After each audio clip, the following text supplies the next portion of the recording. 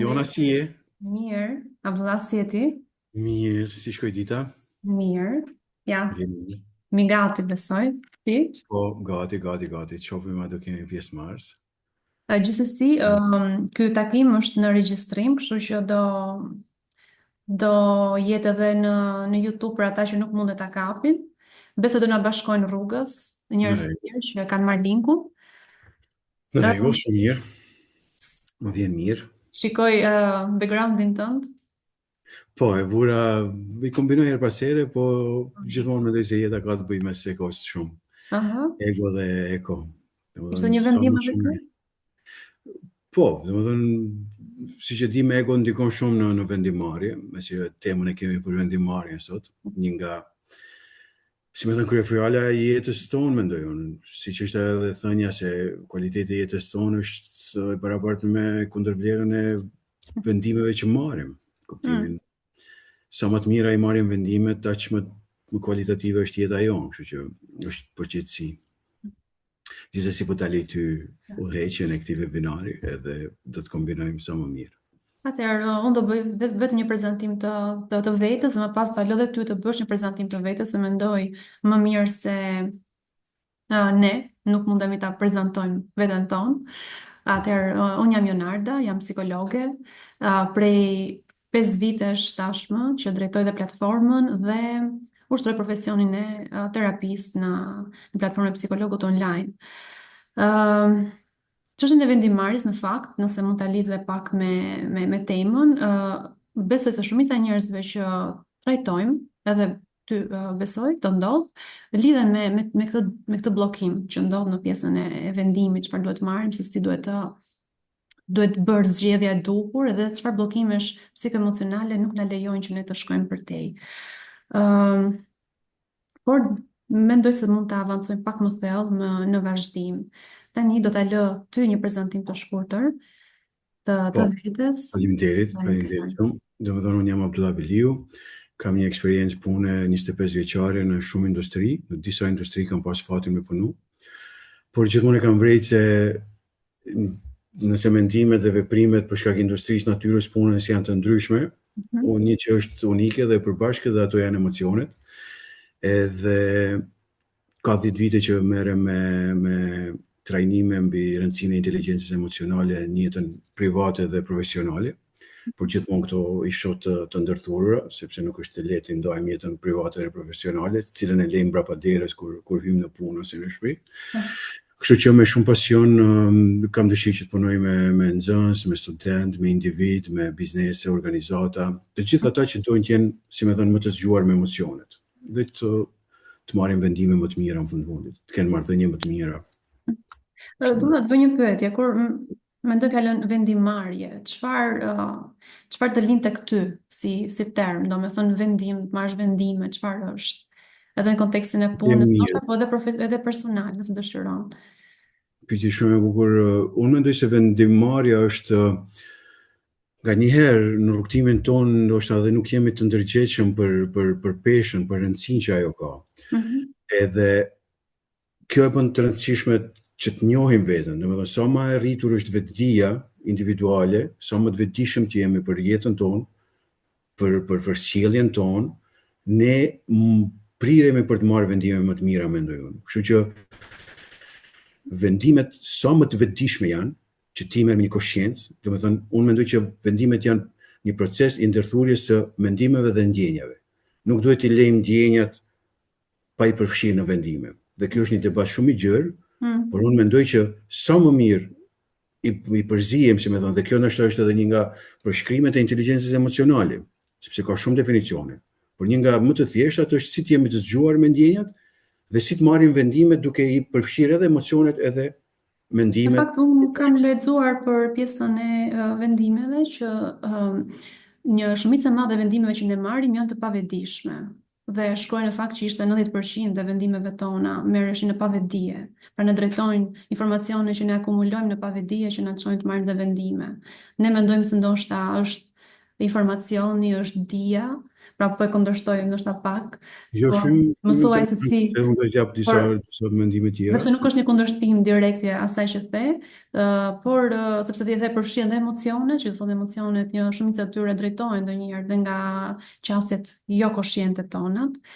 Vërtet. Po nuk e di si e mendon ti, si e ke gjetur këtë gjë, nëse të është vërtetuar në punën tënde që një person mund të marrë vendime më të rëndësishme, ndoshta të karrierës, të partnerëve, në gjëra të tjera të rëndësishme që na prekin thellë jetën tonë, të drejtojnë në fakt nga këto materiale të pavetishme. Po, është qëllim shumë interesant, edhe nga njohuritë e mia deri tashme duke ndarë përmes juve, përmes gjithë njerëzve që kam pas fatin me nda dhe me qenë prezent në takimet e mia, edhe studimet tregojnë, domethënë që ne marrim shumë vendime në mënyrë të pavetdijshme që quhet, dhe që ne mund të thjesht ta quajmë në autopilot. Shumica e gjërave ne i marrim autopilot. Domethënë çfarë nuk kupton kjo? Kjo nuk kupton që kur zgjohemi në mëngjes, të shkojmë të lajmë dhëmbët ose të bëjmë gjërat elementare, ne nuk mendojmë shumë, nuk thellohemi shumë. Dhe kjo është ndoshta edhe një nga pikat kyçe që pse duhet ne të jemi të vetëdijshëm, që kur duhet ne të fusim në funksion ndjenjat dhe mendimet tona për një vendim më të mirë, dhe të mos i marrim vendimet e rëndësishme në autopilot. Sepse do pendohemi me siguri, domethënë vendimi nuk do jetë i bazuar mirë. Edhe ajo që duhet theksuar është që te inteligjenca emocionale, domethënë në mënyra të shkurta duhet ta ndaj, kjo është një model shumë interesant, apo nuk shihet kamera tani, po domethënë Vendose para vetes që mund ta po, gap. kjo është, domethënë është një veten, zgjedh veten dhe jep veten, dhe aty tregojmë që ne gjithmonë kemi mundësi me bëj një pauzë për me marrë një vendim më të vetëdijshëm, për mos me shku në autopilot. Bilon për dëgjuesit edhe për shikuesit, në fakt do ta bëja një pyetje që sa vendime ata mendojnë se mund t'i marrin gjatë ditës. Do të reflektoni për një moment, a mendoni 10, 100? Interesante. Të dhëna tregojnë se ne marrim mesatarisht 23.000 vendime. 23.000 vendime në ditë? 23.000 vendime, dhe këtu fillon ndarja. Domethënë, çfarë çorape do veshësh? Cilet vallë do vesh? A do marrësh tani në telefon apo s'do marrësh tani në telefon? Këto të gjitha janë vendime. Dhe shpesh ne duhet ta dimë edhe një fakt tjetër fiziologjik, që truri harxhon gati 30% të gjithë energjisë trupit të organeve tjera.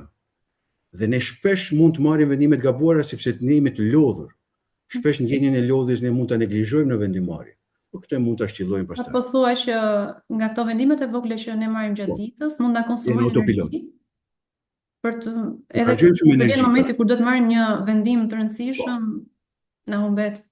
Na humbe sepse jemi lodhur ndoshta. Për shembull tani në ora 6, në ora 7 ti mund të kesh një telefonat në një rast larg qoftë familjar ose të rëndësishëm pune, dhe ti ndoshta nuk e ke gjithë atë energjinë dhe shpesh ne fajsojmë veten, po në fund duhet ta dimë që edhe kjo mund të jetë fiziologjike, shumë natyrale. Ti ndoshta s'ke vjet mirë, je lodhur. Dhe menjëherë aty fillon dhe bën një pauzë, që quhet pauza magjike, them unë, të cilën edhe unë në rrugtim tim e kam mësuar dhe përpiqem ta praktikoj, që ne kemi mundësinë gjithmonë të praktikojmë, të pauzojmë, të pushojmë, të mos marrim vendime të nxituara.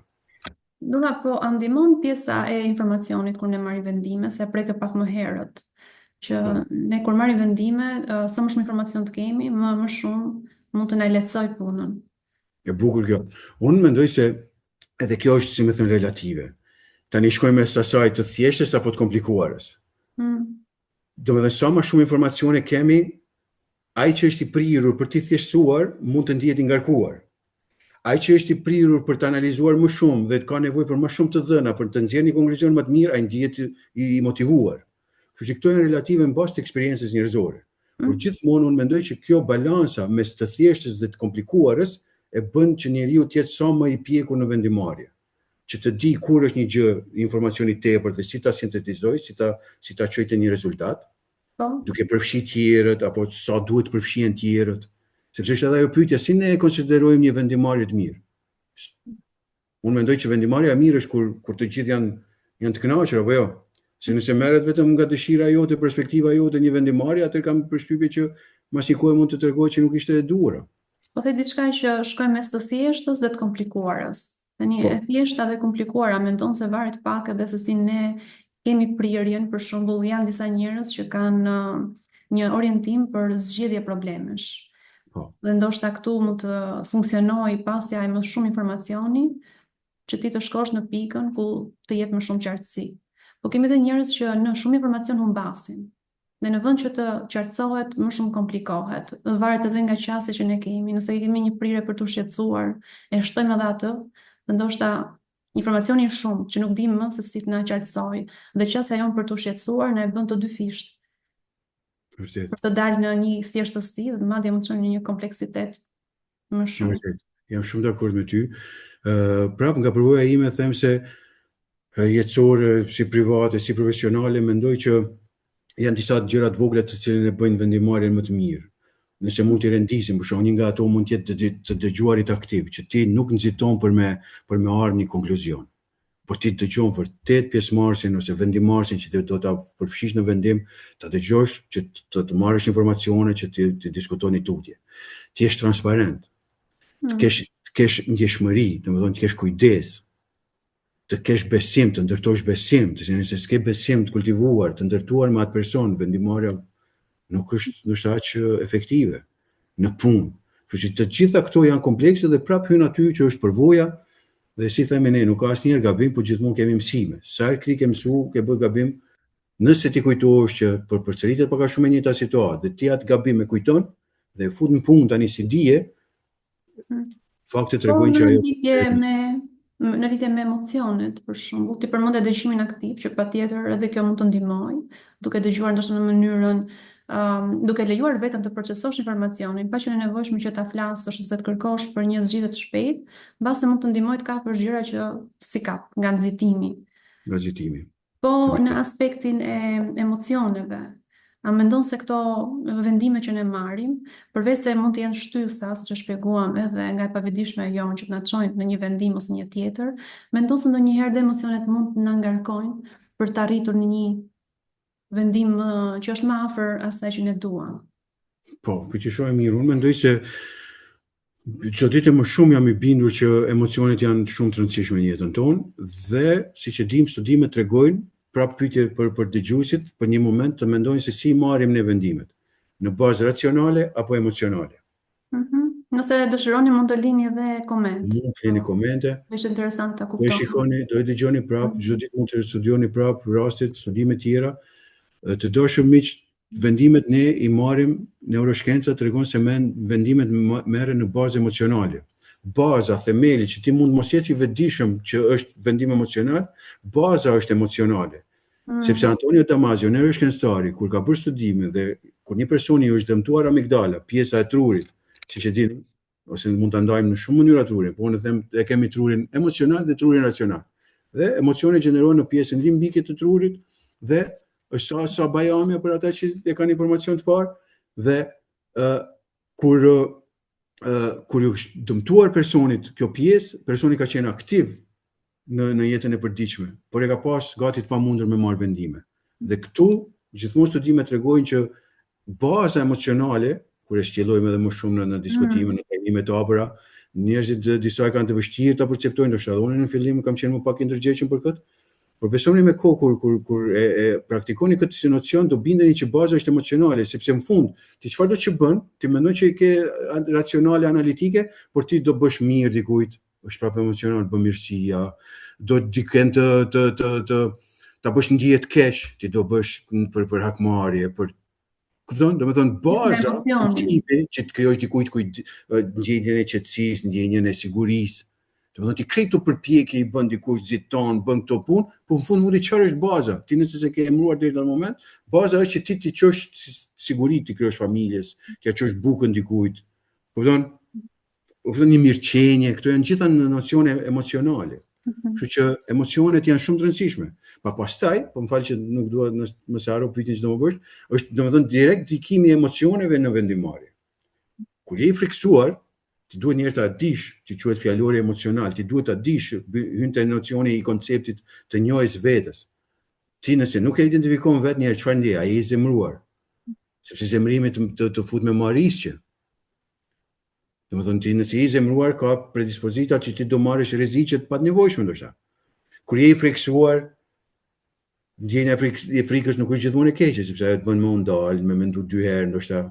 Domethënë gjithmonë duhet A kemi ti edhe shohësh vendime instinktive, po thua, që mund të merren edhe nga po. fakti që ne Domethënë si është ajo truri i shpejtë dhe truri i avart. Truri i shpejtë është emocionali, i cili ka disa modele që ne kemi lind me ato instinktet ose themi kur më ndodh kështu unë e bëj kështu më një herë.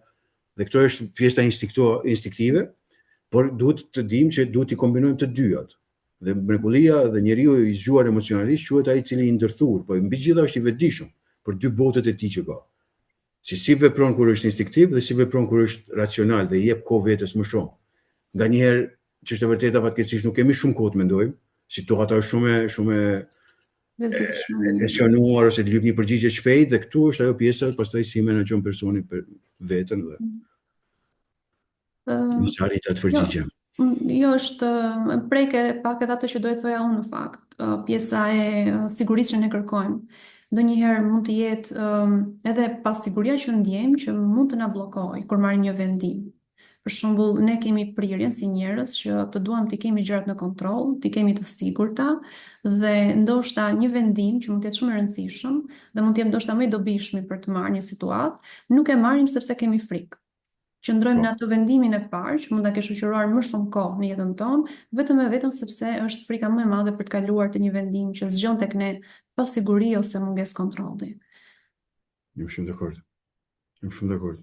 Por gjithmonë prap është ajo të mësojmë nga modelet tona, të mësojmë që ndoshta frikën ndonjëherë të jemi të ndërgjegjshëm që themi ok, pas kam qenë ndonjëherë më i frikësuar se që duhej. Dhe kjo është ajo. Nëse ty frika të ka ndihmuar mua tjetrën e ka ndihmuar të bëj një vendim më të mirë, është shumë e mirë. Domethënë ke marrë më të mirë nga emocion, sepse fundi çfarë janë emocionet? Emocionet janë mesazhe nga ne për ne. Nuk janë as të mira as të këqija. Sepse ne kemi shumë prirje për me thënë emocionet e këqija më bëri ky, më bëri kjo situatë, më bëri ai, kur në fakt janë ato tuat, nuk ti ka bërë askush. Po për të mirat pastaj themi po unë jam udhëheqës e emocioneve të mira të lumtura, unë i kam gjeneruar. Po për të këqijat themi ni ka fajin tjetër kush, kështu që nuk është ashtu. Si të mira, si të këqijat janë brenda neve, ti ke kultivuar. Dhe si është ajo zemrimi? Zemrimi është kur ti dëmton veten për shkak gabimit dikujt tjetër. Kjo është një nga ekuacionet ndoshta më të thjeshta. Ti zemrohesh, prish trupin sepse ne e dim. Kur ne jemi emocionalisht të dobët, ne priremi që të smuremi më shumë. Sepse bën imuniteti, këto janë fakte shkencore. Kështu që nuk duhet të zemrohemi pa arsye ose shpejt për gabimin e tjetrit. Po thua shpejt, unë tani dua veten, tregoj pak empati për veten, edhe unë do e zgjidh këtë ndryshe këtë gabim që bëri ky. Do thyu pjatën fëmiu ose kolegu bëj një gjë që ti e konsideron gabim për momentin, por s'do të thonë që zgabon njeri, kështu që duhet jemi pak më elastik. Në zemrim, a mund të marrim vendime në bazë gjithmonë, duke qenë se ti ke studiuar shumë pjesën e inteligjencës emocionale dhe prandaj të drejtoj pyetje që ndoshta njerëzit mund të kuptojnë më shumë nga ajo që edhe ti ke në eksperiencë. Në zemrim, kur ndodh që ne kemi shpërthim dhe nëse kam lexuar unë në fakt pjesa e zemrimit është një lloj transi, një lloj që momenti ku ti nuk je vetëdijshëm se çfarë po ndodh, ti thjesht shpërthen, ke akumulim ndjenjash që dalin prej teje, ndoshta edhe forcë, madje tregoj se si trupi jon ka një forcë jashtëzakonshme në momente të zemrimit. Po ka njerëz që në këto momente marrin vendime, po nuk e dim nga burojnë. Kur jemi të mbizotruar nga emocioni i zemrimit. Nuk e di si e ka ardhur në moment nëse ke trajtuar të raste për shkakun që të është dashur të kesh njerëz që zemrojnë shumë edhe vendimet që mund të kenë qenë dhe katastrofale për jetën e tyre, që mund të kenë marrë në ato momente, qoftë edhe me gjeste, po edhe me mënyrë tjetër reagimi. Ti shumë e mirë, shtetim shumë i rëndësishëm mendoj unë. Në fundit desha të filloj nga fundi këtë pjesën që marrin vendime dhe katranosin jetën e tyre. Unë kam pa një dokumentar në Netflix për më thënë për rastet ku njerëzit janë të dënuar me vdekje dhe një djalë i ri, gati 19 vjeç, kishte vrarë dikën, ai ishte penduar. Por pastaj aty thot ai, unë e katranosa jetën time në pak sekonda tekstualisht, sepse ai nuk arriti ta zemroj, ta menaxhoj zemrimin. Domethënë ai mendoi se ky do i bënte të fortën dhe ky e vrau personin. Edhe ai fatkeqësisht ishte në pritje të vdekjes në listën e vdekjes që quhet ajo, në death row edhe kjo më ka prek shumë, domethënë edhe ne gjithmonë duhet të jemi të ndërgjegjshëm që ose të njohim veten kur je i zemruar çfarë mund të bësh në afeksion themi ne, domethënë ti realisht aty ti e ke marr trurin peng, domethënë kjo pjesa analitike e trurit ty pjesa emocionale ta ka marrë peng pjesën analitike, domethënë është shumë e thjeshtë. Ti du vetëm të kesh mundësi të marrësh frym thellë, të thuash prit se unë mund të marr një vendim më të mirë dhe ti mund të marrësh realisht një vendim më të mirë dhe të jesh krenar se sa të jesh I penduar dikur. Dhe të dalte te ajo tjetra e cila ishte rreth më rikujto të kesh rasteve që ti mund të kesh ndjekur ndoshta në po, zemrimi më kujtoi atë thënien e Aristotelit desha të them, sepse është shumë edhe ajo shumë domethënëse. Domethënë e dini atë Aristoteli që ka thënë, të gjithë zemrohen, por të zemrohesh si më thënë kohën e duhur, për çështjen e duhur, me njeriun e duhur, me mënyrën e duhur është e vështirë, nëse e citova shumë drejt, nëse ajo komplet sakt.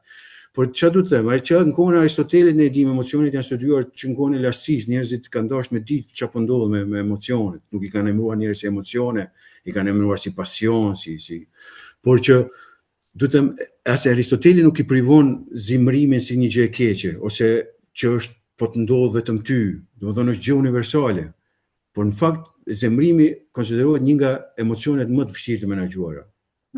Jona, dhe gjithë ata që na dëgjojnë. Domethënë zemrimi konsiderohet dhe shumë njerëz fillojnë merren me dëshirën për të njohur më shumë rreth kësaj teme, pikërisht për të menaxhuar zemrimin.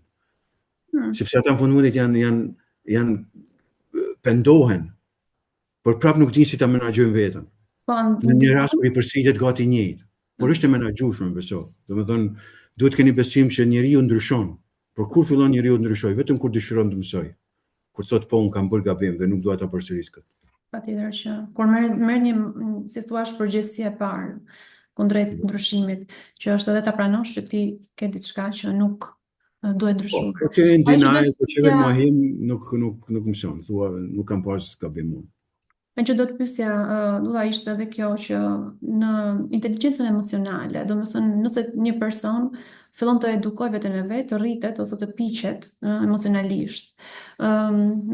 Si e ndihmon kjo strukturë? Domethënë si fillon kjo pjesa e edukimit emocional që pastaj mund të çojë dhe në menaxhimin e këtyre emocioneve dhe për ta lidhur me temën tonë edhe në marrjen e vendimeve më të mira për atë që ne duam. Po. Unë mendoj se njohja e konceptit rreth një veten, zgjedh veten, jep veten me kompetencat përkatëse, për mua ka bërë shumë kuptim dhe është një gjë shumë praktike. Dhe mbi gjitha ne duhet ta kuptojmë se inteligjenca emocionale nuk është një gjë vetëm për ta ditë, por pas një njohuri. Por mbi gjitha është praktik, që ti vesh në punë ato njohuri që ke. Ti nëse nuk I vën në punë, ti nuk e vën inteligjencën tënde, nuk I vën këto shkallësi. Siç e dim ajo, dija është e barabartë me ignorancën nëse nuk hyn punë. Absolutisht, ti mund të thush e dita, unë nuk më kujtuar në moment saktuar, po më vjen keq, nuk e zgjidhe problemin. Kështu që dija kthehet në mençuri vetëm kur futet në punë. Kështu që kjo është një gjë e mësueshme. Inteligjenca emocionale është e matshme dhe e mësueshme, që është në dallim me inteligjencën analitike dhe personalitetin që konsiderohen fikse, që ti ke lind me një kapacitet të zgjidhjeve matematikore ose çdo qofshin ato, dhe vështirë ndryshohen. Por teknikat, domethënë këto aftësitë e buta që quhen soft skills, por që në fakt janë jo lehtë të menaxhueshme, këto janë të matshme dhe të mësueshme. Domethënë ti ke testet personalizuara, ti e shef një pasqyrë, lutet kandidatit që të jetë transparent, nuk ka drejt ose gabuar në përgjigje, e merr një pasqyrë të vetën, I shef ku qëndron dhe pastaj pas një kohe, nëse ai realisht edhe një herë merr testin, po vet, si më thënë, ecuria e jetës do I tregoj që ai do përmirësoj këto gjëra që dëshiron të mësoj. Sepse nuk do që të markohen është për më ngarku me modelin e inteligjencës emocionale, domethënë një veten bëhet me fjalorin emocional dhe njohja e modeleve, sjell veten, po, është menduarit me pasojshmëri, ushtrimi I optimizmit, navigimi e emocioneve, motivimi I brendshëm, dhe pastaj jep veten jeshilja, e cili është empatia dhe qëllimi fisnik. Kështu që janë të gjitha për këto kompetenca një njeri ka një bagazh caktuar. Dhe sa më I vetëdijshëm është me rreth këtyre kompetencave, aq në fundit këto matje na tregojnë 4 faktorë suksesi që quajmë ne.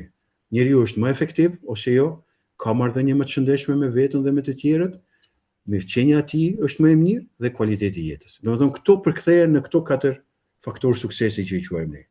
Kështu E që diçka shumë interesante, mos dia ose dia që ne nuk e praktikojmë është e barabartë me ignorancë. mu kështu më rezulton. Do të thonë, çfarë na thuhet unë e ditë apo valla s'më kujtu, s'ka problem, kujtesa është pjesa e saj, por mundësisht të kujtohet herën tjetër dhe të bësh zgjidhje. Sepse në fund mundi çfarë është rezultati, ai që na bën neve që ditëm një situatë apo jo. Kështu që Dhe the që pastaj inteligjenca paqartësia, emocionale, edhe është edhe tema jonë që është pjesa e paqartësisë, shumë nocion që shpesh nuk e përdorim, po mirë është që gjithmonë të jemi më ndërgjegjshëm rreth kësaj nocioni të thjesht, ndjenja e paqartësisë, është ndjenjë në vete, ndjehemi qartë ose ndjehemi pa qartë, dhe ajo bëhet me dy radhë, në ushtrime bëhet me dy radhë, radhët e qartësisë dhe paqartësisë. Dhe ti i bën dy pyetje, çfarë varet nga unë dhe çfarë nuk varet nga unë. Te radhët e qartësisë që varet nga ty, ti do të qartësohesh përmes pyetjes çfarë varet nga unë. Se ne shpesh e stresojmë veten duke hyrë te kjo tjetra tullumbace, duke menduar që disa gjëra varen nga ne. Çfarë ndjen tjetri, çfarë vepron tjetri, çfarë mendon tjetri, nuk varen nga ne. Kështu që neve na bën një dëgjues më të mirë kur nuk jemi dakord me dikën, sepse ti thua kjo nuk më varet nga unë. Po çfarë është detyra ime? Është detyra ime si të menaxhoj unë tani mendimet e mia, sjelljen time, emocionet e mia, rezultatin që unë po dua ta sjell me këtë bashkëpunim. Dhe kjo e ul tensionin. E ul paqartësinë, mendoj unë. Dhe pastaj stresi. Stresi si është ekuacioni i stresit? Një nga ekuacionet e stresit është kur kërkesa është më e madhe se kapaciteti për ta zgjidhur një gjë.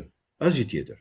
Nëse ti kërkon një kolegu që e ka një punë në dorë dhe ti kërkon një punë tjetër në mënyrën ndoshta jo dhe shumë të hijshme, por shkak nga është edhe natyra e punës e kërkon ti mendon se duhet pak më shpejt bëhet kjo. Por ja kërkon një punë tjetër, ti ja ki rrit aty kapacitetin, kërkesën më shumë se kapaciteti, në mënyrën ilustrative nëse mund ta them kështu. Ose fëmiu, ai ka një punë dorë, ti thua ma bëj edhe këtë, tani ma sjell edhe fshesa, ma sjell edhe këtë. Do të thonë shumë e thjeshtë, ti vetëm duhet të jemi vetëdijshëm, prap dalim te ajo. Mendoj që vetëdia është shumë e rëndësishme. Unë shpesh e quaj vetëdijen parashutën, do të thonë o e ke ha parashutën ose ke ha parashutën. Nëse ke vetëdije sa më të hapur, e ke parashutën më të hapur. Dhe ti çdo dëmtim që mund të bish ose të kesh një ashtu është më i padëmshëm. Por nëse se ke vetëdijen, je sigur pa parashut, je sigur pa airbag. Edhe në raporte njerëzore, je pa airbag fatkeqësisht. Ti bën kontakte, po ti do dëmtohesh. Kështu që gjithat na çojnë te vetëdia. Sepse edhe pjesëmarrësit her pas here pyesin cila është më e rëndësishme, një veten, zgjedh veten apo je veten. Unë personalisht mendoj që një veten është një nga themelet kryesore të arritjes pekurisë emocionale, sepse nëse nuk e njohim veten, ne imagjinojmë çfarë territori të panjohur hym të mendojmë çfarë mendon njëra, çfarë mendon ky, edhe nuk e marrim as guximin, as nuk e mendojmë që mund ta pyesim tjetrin çfarë mendon, çfarë ndjen, edhe më njëherë hym në zonë të panjohur, para gjykimesh, edhe ky e ka me mua, ky më don këtë, ky se don kët, edhe kështu është. Domethënë unë mendoj që e para është ne të dim çfarë ndjejmë, si ndihem unë, mundësisht ja bësh me dije tjetër nëse e ka nevoja. Unë shpesh në raporte pune, është një nocion ose në familje, ose në shoqëri, është klima emocionale, e kam qef për term, sepse klima emocionale tregon sikur ajo reja. Tash ti na shoh dikoha me diell, por në ambient shtëpi ose në punë ti thua ka rani si një atmosferë jo e ndritshme. Dhe kjo është ajo që unë e përkthej në klimë emocionale. Dhe si zbërthehet kjo? Duke pyet njëri tjetrin, duke thënë çfarë ke, pse je sot i ngrysur, a mund të bëj një gjë për ty? Paktën e krijoni stabilitet, secili ka ditët e mira dhe jo të mira në punë ose në jetë.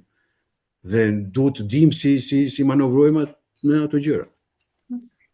Tani shtrove dy gjëra shumë interesante dhe mendoj se shumë e vlerë, që është e para të njohim emocionet, për të dimë edhe termin emocional që neve kemi në atë moment, por edhe të njohim veten, që mund të ndihmojnë të dyja në vendimarrje, në marrjen e vendimeve.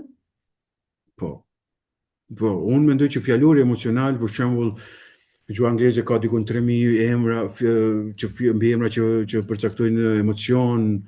Unë personalisht vi nga ajo bota ku kam ditë me thënë jam i zemruar, jam i mërzitur, jam i gëzuar, i lumtur, por ka shumë emocione. E kam bërë alarmin që të dim jemi në gjysmën e orarit. Por mua personalisht më ka ndihmuar fjalori emocional në njohjen e vetes më shumë.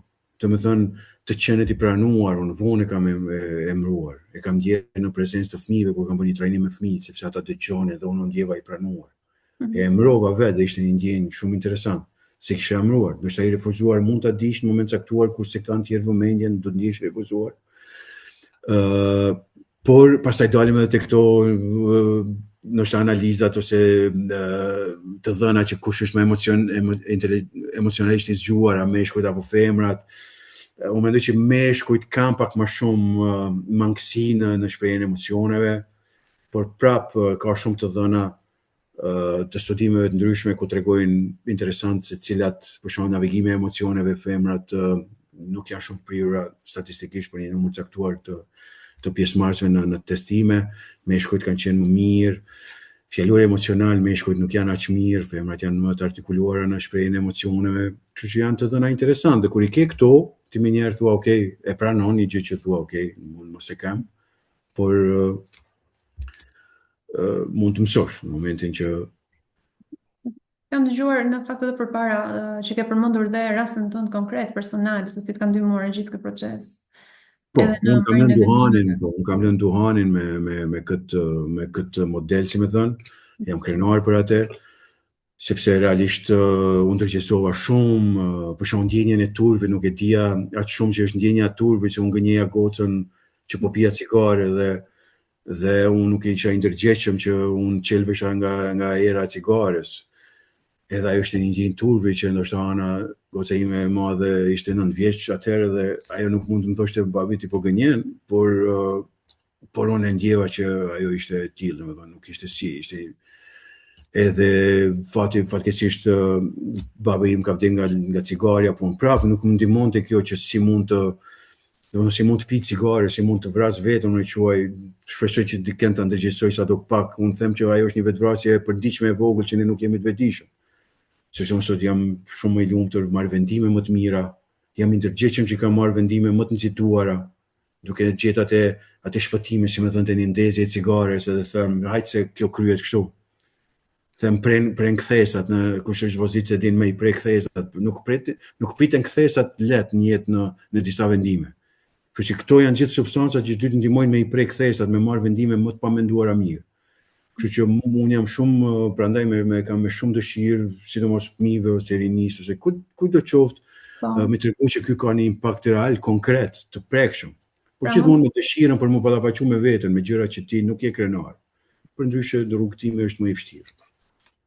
Mund të them që ishte ndjenja e turpit që ty të bëri të lihet cigare në këtë rast. Një nga ajo, dhe njoja e modeleve që është pjesë e një vetes, domethënë njoja e modeleve. Kur ti e din që babai ty të ka vdekur fatkeqësisht nga kanceri i mushkërisë, një pirs i madh i duhanit. Domethënë ti lidh disa modele, kur e pin cigaren, domethënë gjithmonë kur ti kishe stres, njerëzit priren me pi më shumë cigare. Pse se domethënë ti automatikisht je i pa, nuk i ke modele tjera që ti të ish si me zgjidhni situatë caktuar. Ti ke vetëm atë modelin tënd që do pi cigaren pas një stresi caktuar. Ky është ai modeli im. Por tani unë nuk kam atë ndihmë. Unë tani e di që do kem dhënat, më duhen të dhënat, më duhen prapë ato që thash, të dëgjoj për një situatë caktuar. Se si është ajo thënia? Një shtrim i problemit mirë, e ka thënë Einsteini duket, është gjysma e problemit zgjidhur që në fillim. Nëse ne nuk e shtrojmë problemin mirë, shumë vështirë është që të shkojmë te zgjidhja. Edhe ndoshta edhe jo e duhura shumë. Kjo unë e praktikoj edhe në ditën e punës që e shoh çfarë po mungon, ai kemi gjitha të dhënat. Si po e shtrojmë situatën? Nëse nuk e shtrojmë mirë, çfarë do të thonë shtrojmë mirë? A kemi shumë të panjohura? A i thanë të gjithë të panjohura që kishim? Një double check i vogël. Edhe arrim për me marrë pak të një vendim duke thënë që i ezaruam gjithë ato që ditëm. Që mos me thonë e dita prapë, po së kujtova. Sepse edhe zani cigarën aty dhe i ra shkurt. Kjo është ajo në mënyrë simbolike nëse mund ta them kështu. Kështu që unë mendoj që vendimet merren më mirë, pa duhan, pa këto substanca, edhe ndihem më mirë, domethënë ndihem më mirë. Ti ke praktikuar edhe tek vetja praktikisht këtë gjë. Po, çdo gjë, gjithë modelin, sepse ajo ka atë motivimi brendshëm i jashtëm, sa të konsideron ti veten të motivuar nga brenda, çfarë është motivimi i brendshëm, çfarë është i jashtëm, çfarë është empatia për veten, që kisha qenë i ndërgjegjshëm fare. puna e cigares. Ti nëse se do veten, si mund t'i duash tjerët? Është një nga konceptet që unë e kam praktikuar dhe më kanë ndihmuar. Po deri në fund e pastër. Si mund unë ta dua fëmijën tim kur unë po mbys veten me cigare? Fëmia im duhet ta di që unë një ditë do vdes, është proces natyral, po mos të më thuaj egoist që e kam edhe aty, sepse është pjesë e egoizmit ajo, e pavedijes vendmundit. Do të thosh pak i pavedishëm, ignorant, pjesë e ignorancës, mungesës disa informacioneve, njohurive, që ti po shkon drejt vetvrasjes. Janë ato që thua, po mund ka drejtuar baba gjyshja 70 vjet me duan. Nuk qëndroi këto miq, nuk janë gjitha vetëm për mira shkurt një mosaftësie, një mos mundësie për me lënë me gjetë me mekanizma tjerë për me lënë. Kështu që unë i uroj gjithëve që të punojnë, sepse më thonë çfarë është inteligjenca emocionale? Inteligjenca emocionale, këto shkallësit, neve na duhen për raste të vështira jona. Sepse në raste të mira, jo stresuese, të gjithë jemi emocionalisht të zgjuar. Sepse po hyj dikush që të caktuar pas stres, thonë të gjithë janë mirë. Po rani bombë lart qoftë, ose po ndodhi një avari, të gjithë reagojnë ndryshe. Dhe shumica janë 3 reagime që e bën njeriu. O janë bath, o zihet me grushta, o ngrin vend. Janë 3 përgjigje në një situatë të vështirë. Kështu që ti, nëse ja ke mbath kur nuk kujtohesh me mbath, do kesh mundësi mos me mbath. Nëse gjithmonë përsëritet situata, se fatkeqësisht nganjëherë për një peng që e ke, nuk ke mundësi jetësore që ta përsërisësh, kesh mundësi mos me bëhet një njëjtin gabim. Ose në një moment kur ti i dash me fol, të ka ra dikush në qafë pa dash edhe ti ke ngri, s'ke bërë gjë, nëse ti e penduar, e ke kuptuar që ka ndodhur, nëse përsëritet ajo, ti ke mundësi të thuash prit, unë herën e parë nuk reagova, ngriva në vend sepse më erdhi ashtu pa prit reagimi jot më shtangu, por unë dua të them këtë.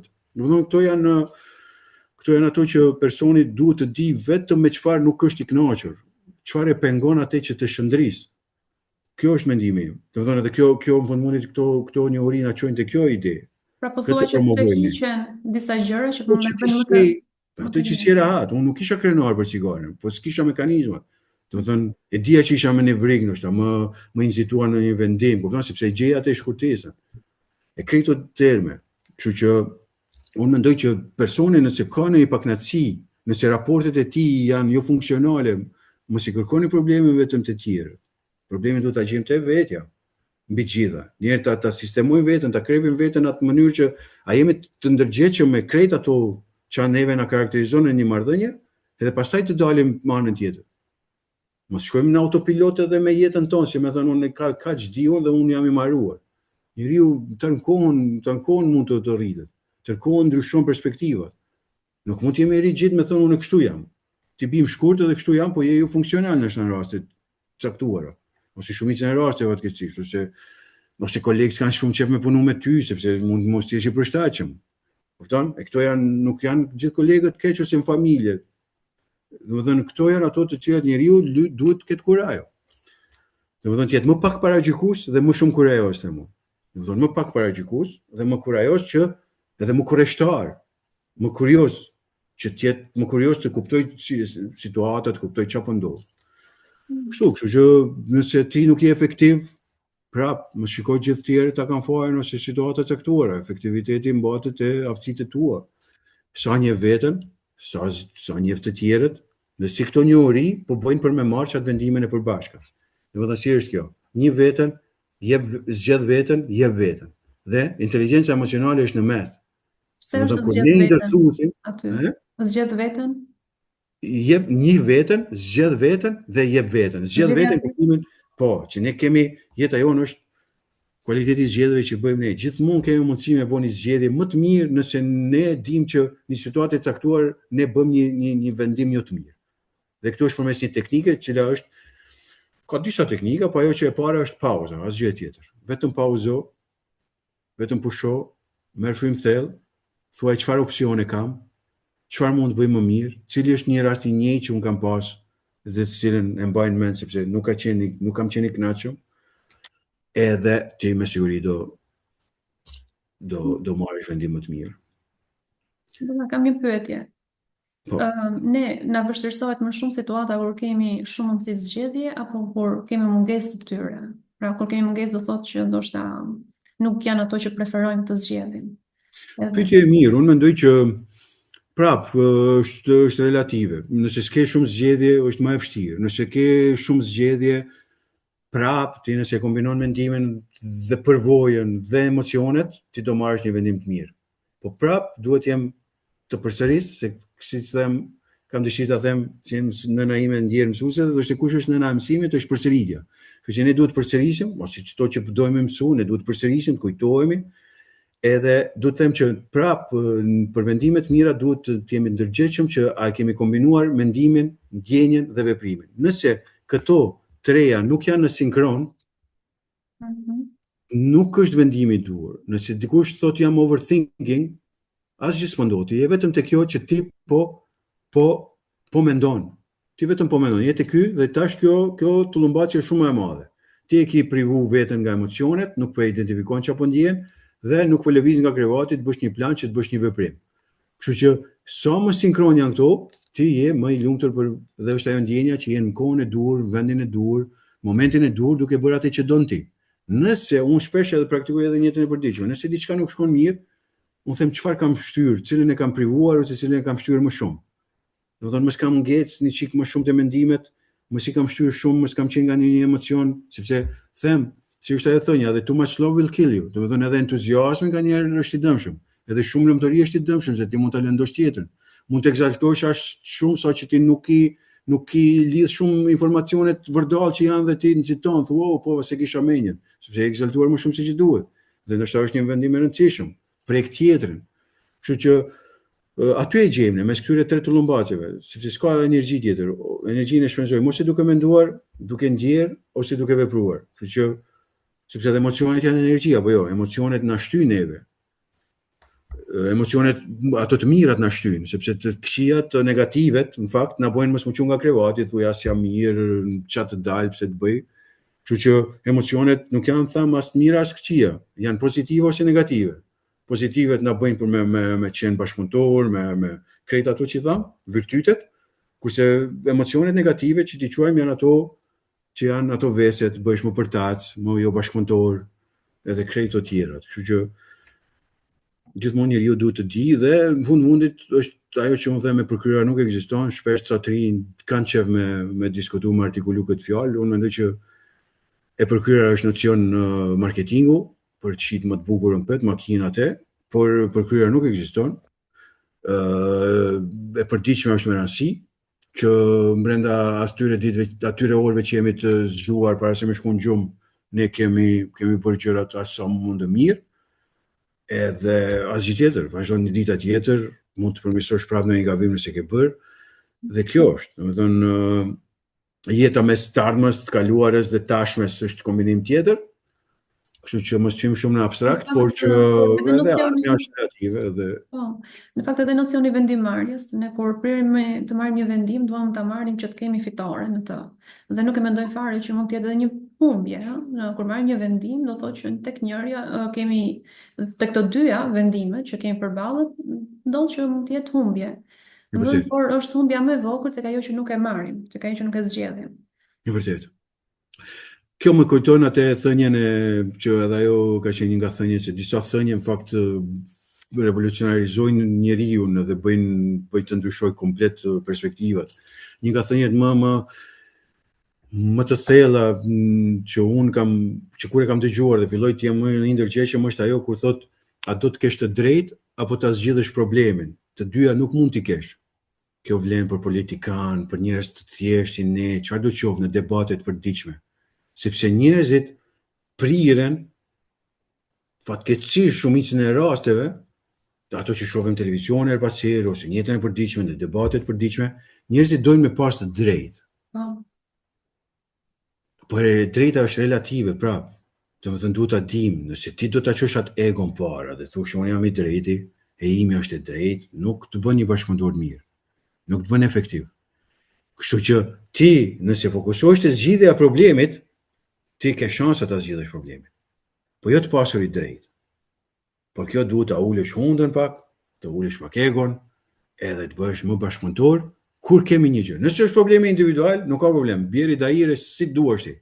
Kur janë dy e më shumë që varen nga një gjë, nuk duhet të zhvishemi nga pasja drejt.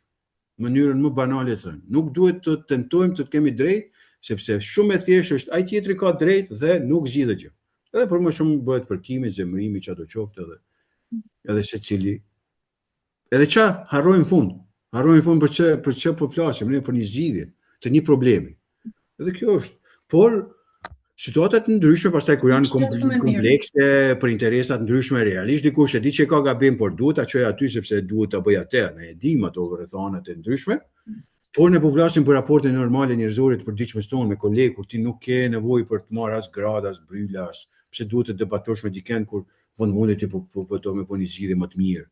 Do të thënë në këto kontekste më të pranueshme sepse po hyn pastaj në politike në çarçe interesash, normalisht dikush do thotë unë kam drejtë dhe duhet bëhet e imja.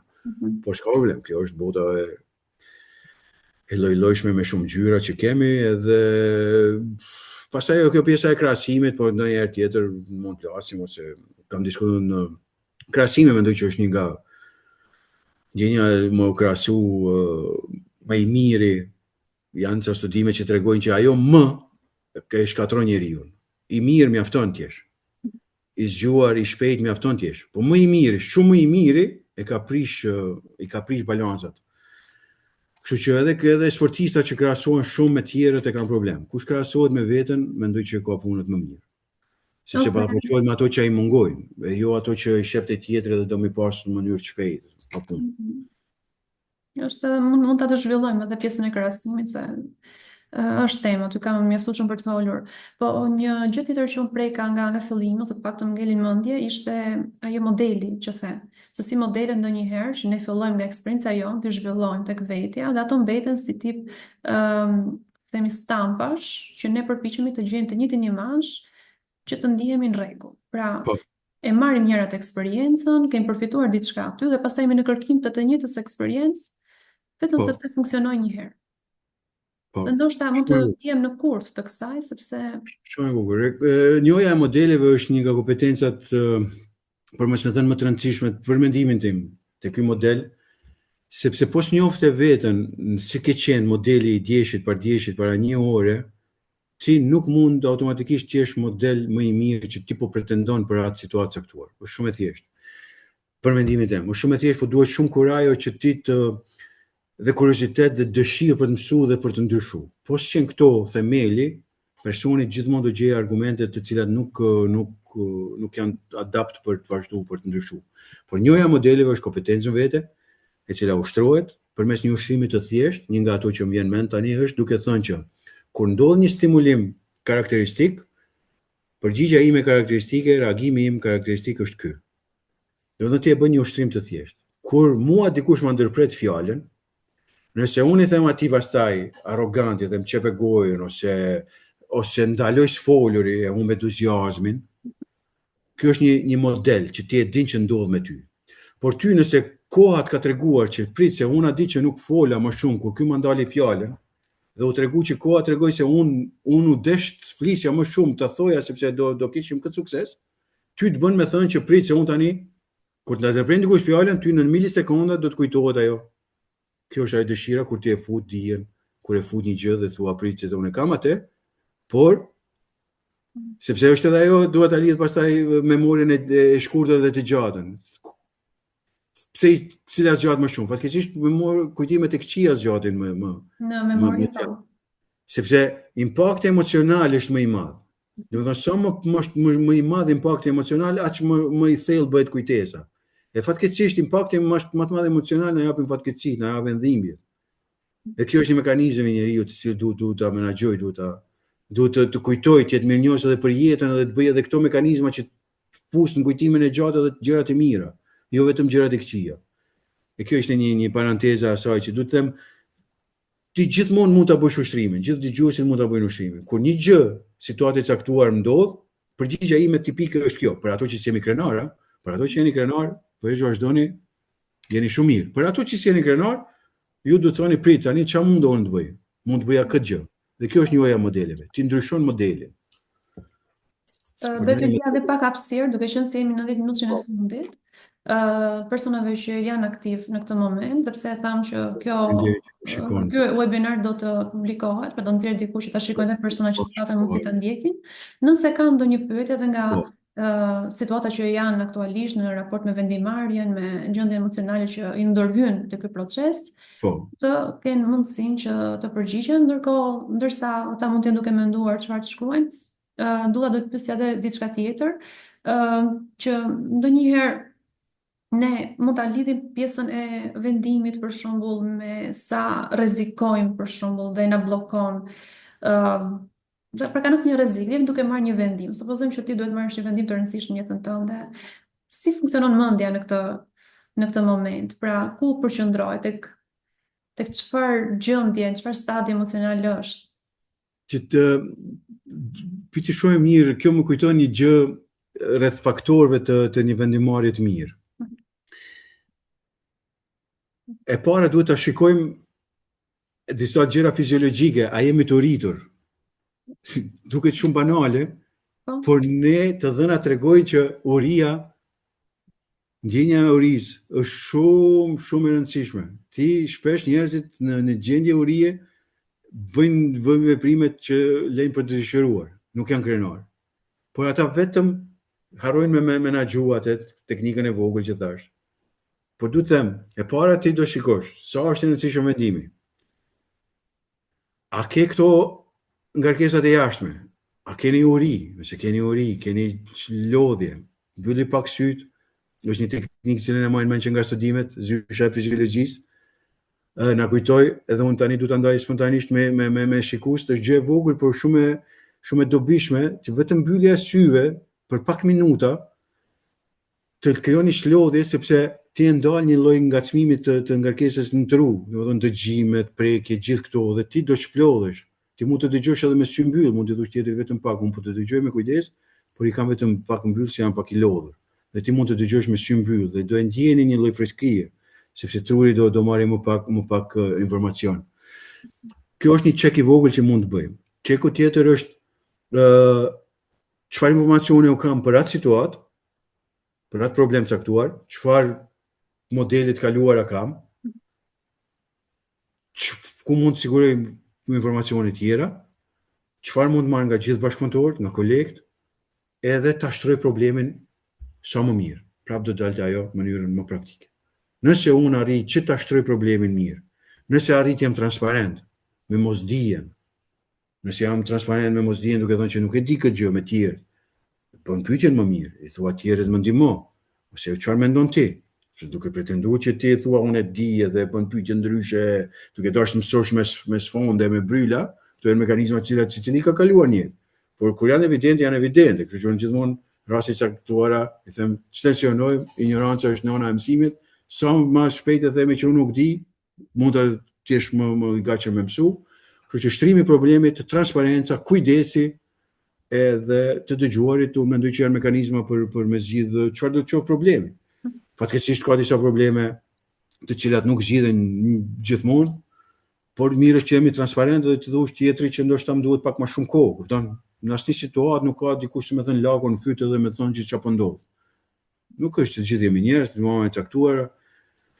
Pastaj është një shprehje të cilën unë e kam shumë shpesh, fatkeqësisht nuk e dëgjoj shumë, por nga punë të ndryshme është pjesa e urgjencës, kur ka punë me punë urgjente, ajo më njëherë më ka veshje radari dhe kuptimin unë dua të them gjithë ata që pretendojnë me shty tjerë, duke i thënë që kjo është urgjent, mirë është me verifiku këtë urgjencë për mos me dalë shumë blof pastaj në situata të caktuara, kur është ajo, sikur ajo puna e gënjeshtarit, hyri ujë kundër dele, ai u tallte me ata tjerë, por kur hyri ujë kundër dele vërtet, ai nuk iku njeri atje. Kështu që ti nëse ja bën gjithmonë dikujt urgjente dhe në fakt koha do t'rregojë që nuk ishte urgjente, ti më nuk do të jesh i besueshëm, ti nuk do të jesh një udhëheqës i besueshëm dhe ti nuk do kesh eficiencë në punën në mënyrën më banale. Kështu që unë mendoj që urgjencat lindin vetëm nga një mosorganizim i dur, nga asgjë tjetër, nga përvoja ime, kështu më rezulton. Nëse ti nuk i ke bërë një planifikim të caktuar, si dur, ti gjithmonë të thush urgjencë të kujtuan çat moment. Edhe ty të duhet urgjencë, ti doja të çosh dënë e prorin ndoshta një përgjigje. Por kjo nuk është e ndershme, nuk është e mirë. Koha do të devalvoj, koha do të tregoj. Koha është për të thënë aleati më i mirë në jetën tonë. Koha çdo gjë tregon. Kështu që i uroj gjithë ata që punojnë me urgjenca, ta verifikojnë vërtet a është urgjent, të jenë transparent, thuhet që vërtet ishte, nuk ishte çfarë im, nuk është që e harrova, por realisht erdhi kjo, ka gjëra të rëndësishme, ka mekanizma pastaj si mund t'i menaxhojmë situatat e urgjente, po mos bëhet banale. Kupton, se ka raste ku mund të jetë banale, vetëm për të bërë ky autoritetin ose ekon ose këto thonë atë urgjente këtu dhe pastaj e bëjnë të llava punë. Do ishte interesante ta kuptonim se njerëzit kanë këtë prirjen për t'i bërë gjërat emergjente. Pra ai që vjen të Është mangësi organizative, mendoj unë. Mangësi organizative, kapacitetesh të ndarjes kohës, menaxhimi i kohës është një nocion shumë i rëndësishëm. Matrixi Eisenhower tregon çfarë është urgjente, çfarë është jo shumë urgjente, çfarë duhet neglizhuar, çfarë duhet marrë konsiderat me prioritet. Pasi është një matriks i thjeshtë, e ndan urgjencën, si më thënë, rëndësinë e atij situate caktuar. Shpesh dikush mund më mbyt me një pikë uji që themi ne, jep rëndësinë gjëjë që s'është fare rëndësishme ndoshta. A mund të jetë kjo një shmangje? Po, pastaj nëse hym aty ose vonesa ose burnout që është kjo djegja në punë. Kush e shkakton burnoutin për shkakun? Për mendimin tim e shkakton mos pasja ambienti duhur për më shpreh emocionalisht njerëzit. Shtruket, ndrydhe dhe thu dojq. U dojq sepse s'ka pas një ambient ku ai tjetri thot prit edhe një ditë unë sot jam i zemruar me kët, ky me kët, është një ndjenjë legjitime edhe hajde po jetojmë bashkë këtu në punë që e kemi. Sepse një nga gjërat që bëjnë zgjime shpesh, mua një nga ato ka qenë kur unë jam ndërgjegjësuar që ti në punë kalon shumicën e kohës. Dhe ti nëse bëhesh si struku aty dhe thush jo jam në gjumë dhe hajt se kalon kjo koha, ti po gënjen veten. E s'ka krim më të madh të gënjesh veten. Të mendosh hajt se tani unë po shkoj në shtëpi edhe çfarë do bëhet. Do të thotë ti mund të bësh shumë gjëra brenda një kohe caktuar. Edhe mirë është që të jesh vetvetja me njerëzit që janë, edhe që jetosh në harmoni me ata, me ngritje zbritje që mund të kenë njerëzore. Po mos pretendojmë që unë jam i pacenueshëm, tjetri është i pacenueshëm, të gjithë jemi të brisht, edhe mirë është që të jemi ndërgjegjshëm për këtë.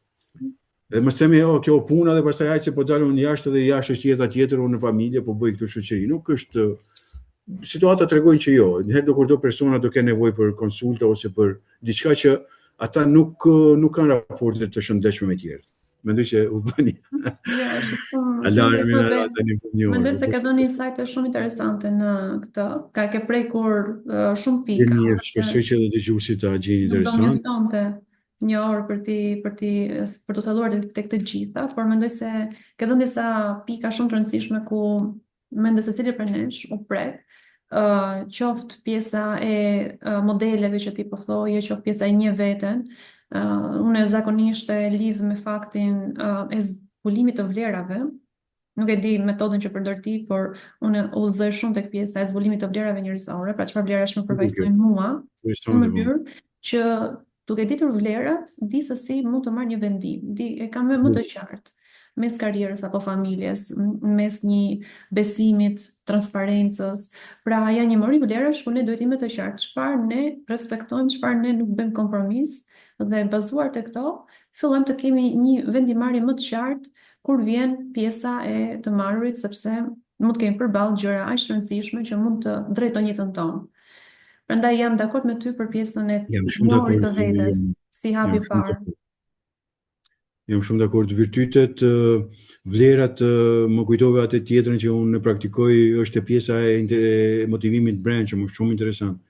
Domethënë ne shpesh harrojmë vlerat që kemi, edhe ndjehemi bosh, ndjehemi të pamotivuar kur ne duhet po jo në kalimin e narcisizmit ose mungesë modestie ose mbivlerësimit, por realisht kur thua që unë jam njeri pozitiv sepse mendoj që kuptimin ja dua të mirën njerëzve, kolegëve, njerëzve, kjo është një vlerë. Do të thënë se do të ato principe ose je i kujdesshëm është vlerë, kështu që ne duhet të unë shpesh e bëj edhe si lojë që të shkruash vlerat që ti mendon që ke, është një pjesë e rikujtimit, edhe njerëz nuk disa raste ka që nuk dikush nga mungesa mendon që po tani nuk duhet të tregoj unë vlera, kupton? Edhe ngelen në një ngërçi, kështu që sa më mirë e emërojmë ato, ne mund të shlerojmë veten edhe vërtet të nxjerrim vlerat në pa dhe të mësojmë nga njëri tjetri për të mirën, si më thonë. Pjesa, kjo është një gjë shumë e rëndësishme. Siç ishte e rëndësishme edhe pjesa e stresit që the, pra kur kërkesa është më e lartë se sa aftësia jonë për ta përballuar, dhe aty mund të bllokohemi edhe mos kemi mundësinë që të marrim një vendim që është më afër nesh. më afër asaj që doni, ose mund të marrim një vendim komplet të kundërt. Por mos Mm. harrojmë që ne njerëzit bëjmë edhe shmangje. Pra kur kuptojmë që kjo kërkesë është më e madhe, është e vërtet, por nga ana tjetër kemi edhe kapacitetin tonë që ndoshta mund mos e përballojnë atë moment, por mund të jetë një pikë ku mund ta zhvillojmë, fal kësaj kërkese të madhe që doli, për asaj ndoshta mund të përfitojmë. Pra vetëm ta marrim si nuk mundem, sepse kapaciteti im nuk e përballon këtë kërkesë. Shumë vërtet. Do të marrim disa vendime ndonjëherë që Jam shumë dakord. Duhet të dalim nga komfort zona, nga ajo zona e rahatisë. Mendoj unë, stresi është pjesa e rahatisë. Mendoj unë. është Jam pjesë. rezulton, po. Që kur ti do thua, po tani kjo po më nxjerr nga kjo rahatia, se unë do shoh televizorin, kam një rutinë të përditshme, kur të kërkohet një gjë tjetër, të del nga kjo rahatia dhe ti thua, kjo më kërkoi stres. Por gjithmonë duhet jemi sa më të vetëdijshëm që a është realisht stres apo është një mundësi rritje që thonë. Po. Sepse ajo mund të jetë mundësi rritje reale. Do të marrim disa vendime ndonjëherë jashtë kvadrateve tona. Duhet të falenderoj shumë. Faleminderit shumë edhe një herë, kënaqësi e madhe. Ishte Shpresoj që edhe dëgjuesit kanë marrë një informacion që ju shërben. Edhe faleminderit për bashkëpunimin, edhe faleminderit edhe për ty dhe për gjithë këto insight-e që po thoya që na dhe, sepse janë të nevojshme. Ndonjëherë na duket sikur i dim, por dikush tjetër kur na e thot me zë, jo vetëm duke i zbuluar vetë, sikur na ngelin më shumë në mendje. Kështu që faleminderit shumë. Faleminderit edhe një herë. Unë mendoj që fuqia e madhe e jona është që të lidhemi dhe të ndajmë njohuritë. Unë mendoj që vetëm kështu individët dhe shoqëria evoluon duke u lidh, duke u nda me takime të ndryshme, kështu që gjithë interesuarit mund na gjejnë te portali jot, mund ta bëjmë një reklam të vogël. Falenderoj shumë. Faleminderit juve edhe një herë, kënaqësi. Nëse do shihemi sërish në ndonjë temë tjetër, unë e propozoj ndë njerëzit, por edhe e vërtet, jam shumë kurioz për pyetje që mund të gjejmë aty dhe kështu që jemi në kontakt. Faleminderit, shikoj dhe ke falenderime nga njerëzit që shkruajnë këtu. Si e madhe dhe për mua faleminderit juve që ndajtët me ne. Pafshim. Mirupafshim gjithëve. Faleminderit ju.